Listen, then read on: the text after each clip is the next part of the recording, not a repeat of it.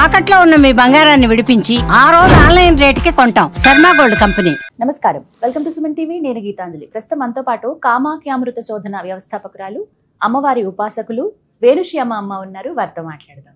అమ్మ నమస్కారం, ఎలా ఉన్నారు? శ్రీమాత్రే నమః.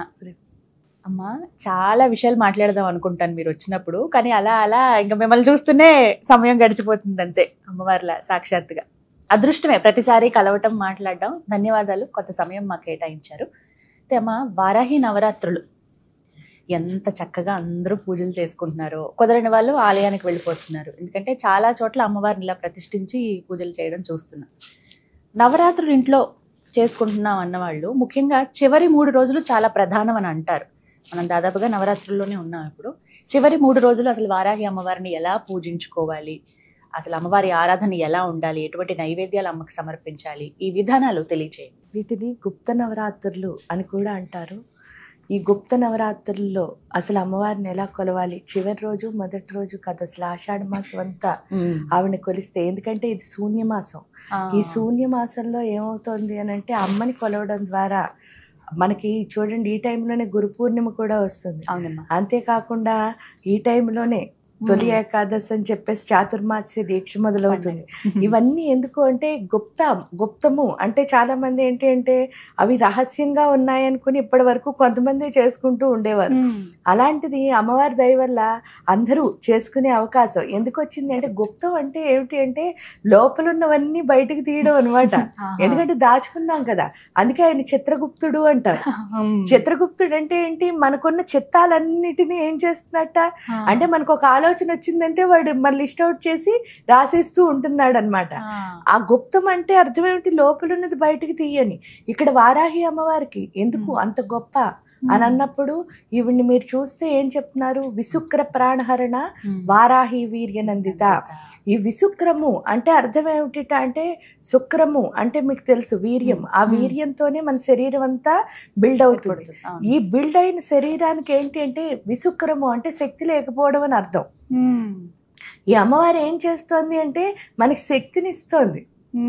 అంటే వారాహి అన్న పదాన్ని మనం చెప్తే చాలు మనకి ఏమొస్తుంది అంటే ఎనర్జీ వస్తుంది. ఎప్పుడైతే ఎనర్జీ వచ్చిందో అదే జ్ఞానం. ఎందుకంటే శక్తి ఎప్పుడైతే వస్తుందో మన బుర్ర పనిచేయడం మొదలెడుతుంది. దానికి హేతువుగానే అమ్మవారి యొక్క ఏంటి అంటే పూజా విధానంలో సప్త ధాతువుల్ని దృఢపరచుకోవడం అన్నది ఉంటుంది.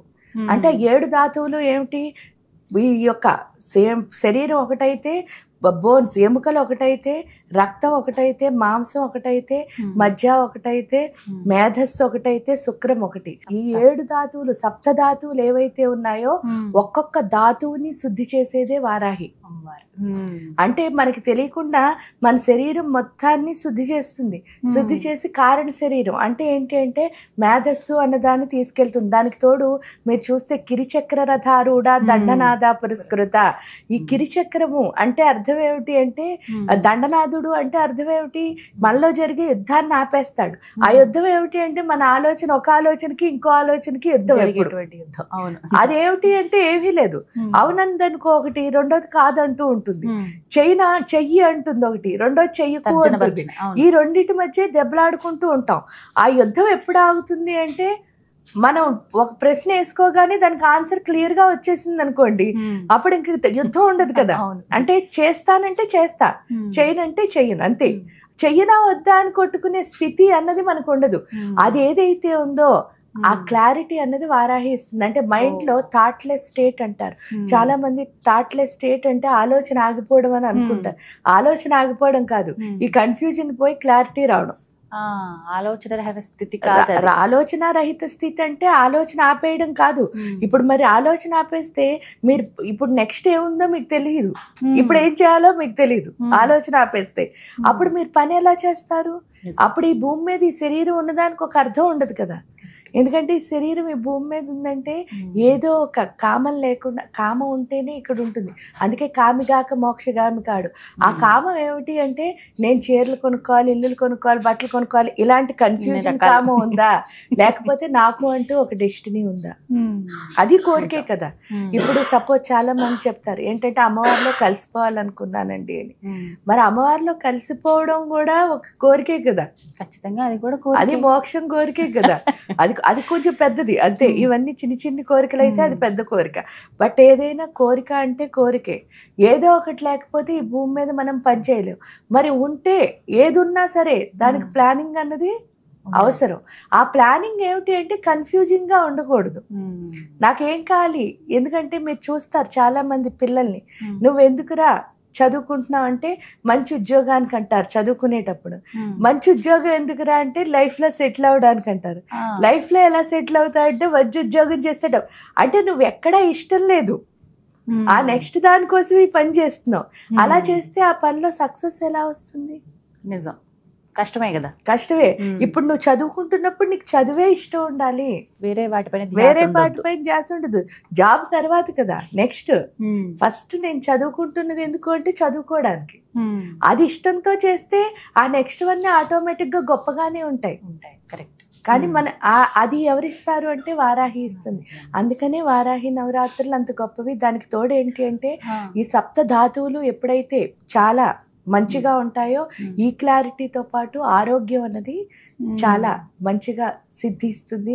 అందుకని చెప్పి హెల్త్ ప్రాబ్లమ్స్ ఏమీ లేకుండా ఉండడానికి కూడా చాలా మంది వారాహి ఉపాసన చేస్తారు. మరి ఈ 3 రోజులమ్మ, చివరి 3 రోజులు ప్రత్యేకంగా ఏమైనా చేసుకోవాలి? చివరి 3 రోజులు అంటే మామూలుగా వారాహి ఉపాసకులు అయితే అన్ని రోజులు తర్పణాలు, యంత్ర పూజలు, జపాలు, హోమాలు ఇవన్నీ చేస్తారు.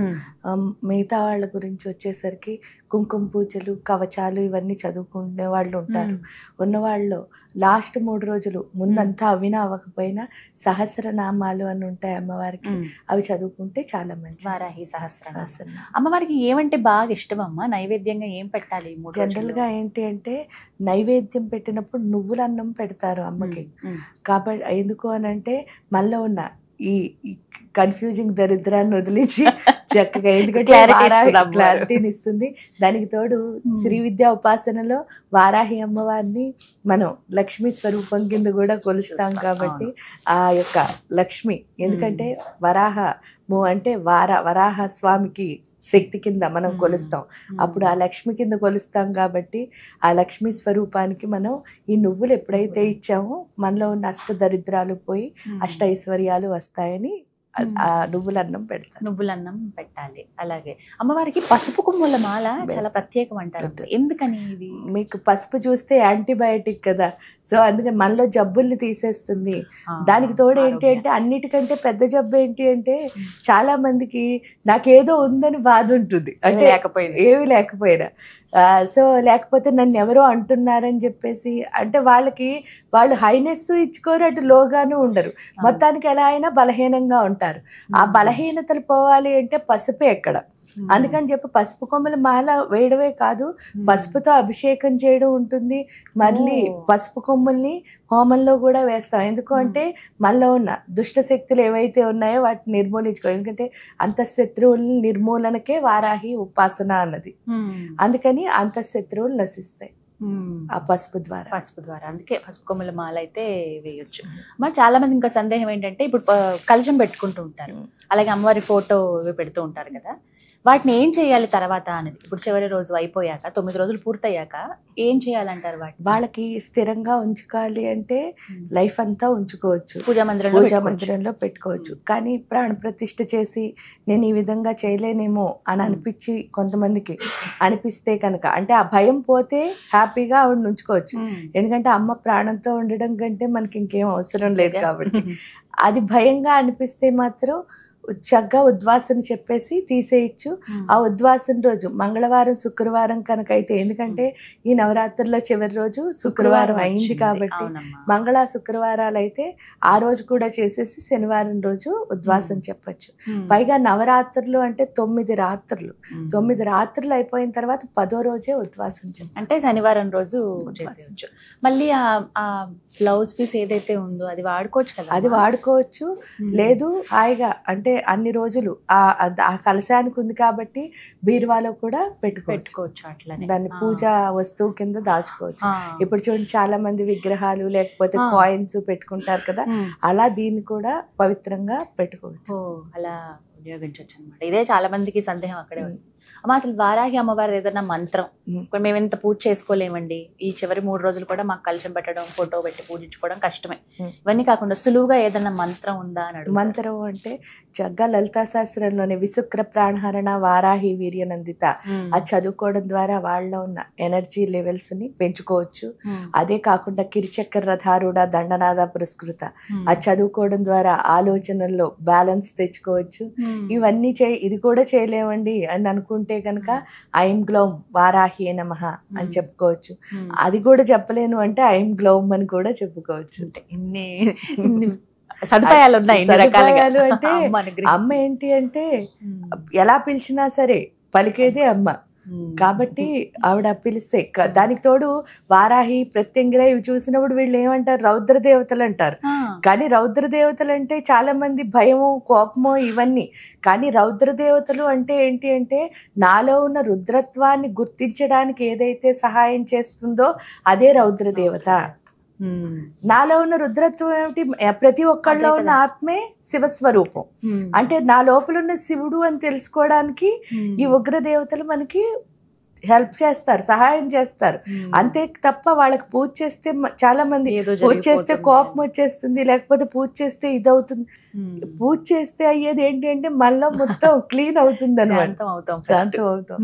తెలుసుకోవాలి చాలా సులువుగా. ఐం గ్లౌమ్ అంటే లేకపోతే ఐం గ్లౌమ్ వారాహి నమః, లేదా ఇదిగో విశుక్ర ప్రాణహరణ వారాహి వీర్యనందిత గిరిచక్ర రథారూఢ దండనాథ పురస్కృత. రోజంతా ఇవి కుదిరినప్పుడు అంతా ఇలా చేసుకుంటే. ఇంకా ఇంకోటి ఉంది కదా కురుకుళ్ళ కుళేశ్వరి అని చెప్పి, అది కూడా చెప్పుకోవచ్చు. ఇంకా ఇవన్నీ కూడా మన ఓపికను బట్టి మన శక్తి కొలది రోజంతా ఇలా స్మరించుకుంటూ ఉండొచ్చు కదమ్మా. అంటే ఈ నవరాత్రులు ఎందుకు పెట్టారు అంటే ఈ 9 రాత్రుల్లో ఆ దేవత యొక్క శక్తి చాలా ఎక్కువ ఉంటుంది. ఆ టైంలో కనుక మనం చేస్తే ఏమవుతుంది అంటే ఆ శక్తి మనకి కొంచెం అంటే ఎక్కువ కష్టపడే బదులు కొంచెం తక్కువగా వస్తుంది. కాబట్టి దాన్ని ఉపాసన అంటే ఏంటి అంటే ప్రతి క్షణం ఆ దేవతకి దగ్గరగా ఉండడం. ప్రతిరోజు చాలా మంది ఆశ్రమంలో అంటే గృహస్థాశ్రమంలో ఉండలేని వాళ్ళు ఉంటారు కాబట్టి ఆ టైంలో ఉన్నారనుకోండి, ఆ వారం రోజులు అది అలవాటుగా కనుక మారితే ప్రతిరోజు ఉంటారు అన్నది ఒక కరెక్ట్. కనీసం అది ఆ 9 రోజుల నుంచి అలవాటుగా మార్చుకోవాలి. కుదరని పక్షంలో కనీసం ఈ 9 రోజులైనా చేసుకోవడం అనేది సంతోషం. చక్కగా వివరించారమ్మా, ధన్యవాదాలు.